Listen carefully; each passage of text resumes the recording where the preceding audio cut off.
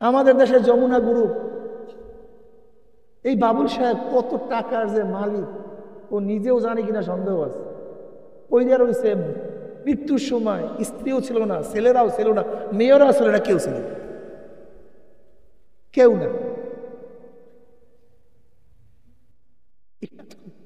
করেন কেন ঘটনায় আগ্রহ হয়ে গেছেন কেন? চরমনায় অনেক মুজাহিদদের এখন আর সাপ্তাহিক হালকা জিকিরে যাওয়ার সময় নেই, হালকা জিকিরে যায় না, মাসিক ইজতেমায় একটা তো থাকতে পারে না। আল্লাহ ওদের কেতাব পড়ার সুযোগ এখন আর নাই, চোখেও পানি নেই, জবানের মধ্যে সেই জিকির নেই। এই যে বাড়িতে যাবে আজকে মাহফিলের শেষে, যতক্ষণ চলতে থাকবে গাড়ি ততক্ষণ জিকিরের আওয়াজ হওয়ার কথা ছিল। জিকিরের আওয়াজ যদি হয় লাভটা কি? আপনার জিকিরের আওয়াজ যত গাছপালা তরুলতা শুনবে, কিয়ামতের ময়দানে জাকিরিনের পক্ষে সাক্ষী দিয়ে দিবে। জিকির আজকার নেই। আপনি একটু জোরে জিকির করলে আপনার জিকিরের আওয়াজ শুনি না, যে গাফিল ছিল তার মধ্যে জিকির জারি হয়ে যাবে। যেহেতু আপনার জিকিরের কারণে আরেকজন জিকির শুরু করছে, আদাল্লু আলা খায়রিন কাফাইনিহি, আপনার কারণে যেই ব্যক্তি জিকির করছে ওর যে নেক হইছে, যার কারণে নেক হইছে, আল্লাহ পাক তার আমল নামা ওই পরিমাণে নেক লিখে দিবেন। চরমনে একটা দাওয়াতি কাফেলা, এদের কাজটা কি? এদের কাজই দাওয়াত। নবী রসুলগণ দুনিয়াতে আসছেন কেন?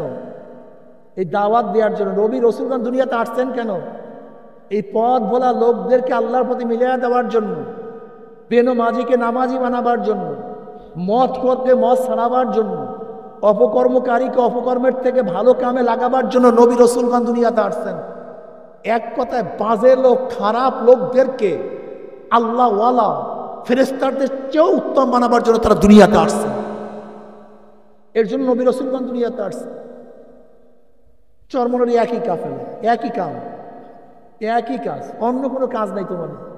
তোমাদের কাজ হলো আনফুসাকুম ওয়া আহলিকুম নার, নিজে বাঁচো আর একজনকে বাঁচাও, নিজে নামাজ পড়ো আর একজনকে নামাজ পড়াও, নিজে রোজা রাখো আর একজনকে রাখাও, নিজে দাড়ি রাখো আর একজনকে দাড়ি রাখাও, নিজে জিকির করো আর একজনকে জিকির করাও।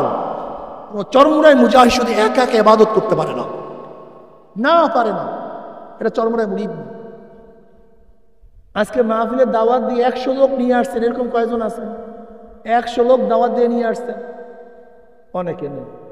50 জন নিয়ে আসছেন, নাই। 20 জন নিয়ে আসছেন, নাই। 10 জন নিয়ে আসছেন, 10 জন, মাশাআল্লাহ 2-1 জন আছে। কমপক্ষে 5 জন নিয়ে আসছেন, কমপক্ষে 1 জন নিয়ে আসছেন।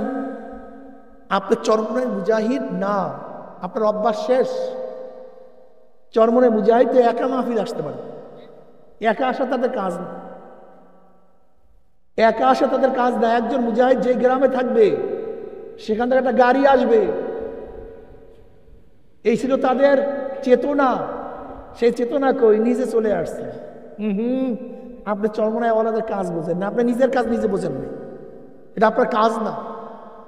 আপনার কাজ হলো নিজের মধ্যে আগুন লাগছে আরেকজনের মধ্যে আগুন লাগাই দাও। নিজের মধ্যে যে মহাব্বত পয়দা হচ্ছে আরেকজনের মধ্যে মহাব্বত ট্রান্সফার করো। নিজের মধ্যে যে আগ্রহ সৃষ্টি হচ্ছে আরেকজনের আগ্রহ সৃষ্টি করো। কিন্তু তোমার মধ্যে স্পিড নাই, তুমি চিন্তা করছো দরকারটা কি, তোমার উদ্দেশ্য ঠিক নেই। নবী রসুলগণ দুনিয়াতে আসছেন মানুষদেরকে হেদায়েত করার জন্য। আমার নবী আলাইহিস সালাত যখন দুনিয়াতে আসছেন একজনও মোমেন ছিলেন? সে তো আসছি কাফেরের মধ্যে, সেই তো প্রথম জাহিলি যুগে একজনও তো মুসলমান ছিলেন না। মহিলাদের মধ্যে প্রথম ইসলাম গ্রহণ করছে ঈমান আছে খাদিজা কুবরা রাদিয়াল্লাহু তাআলা আনহা। মুরব্বীদের মধ্যে সর্বপ্রথম আবু বকর রাদিয়াল্লাহু তাআলা আনহু। বালকদের মধ্যে সর্বপ্রথম আলী মুর্তজা রাদিয়াল্লাহু তাআলা আনহু। আর গোলামদের মধ্যে যায়েদ ইবনে হারেসা রাদিয়াল্লাহু তাআলা আনহু। এগুলো সর্বপ্রথম মুসলমান, সর্বপ্রথম মোমেন। তার জামানায় কোনো মোমেন ছিল না, তিনি আসার পরে মোমেন হওয়া শুরু করছে, মুসলমান হওয়া শুরু করছে। সে আসছেই তো বেঈমানদের মধ্যে, সে আসছেই তো মুশরিকদের মধ্যে, যেন কাজই ছিল দাওয়াত।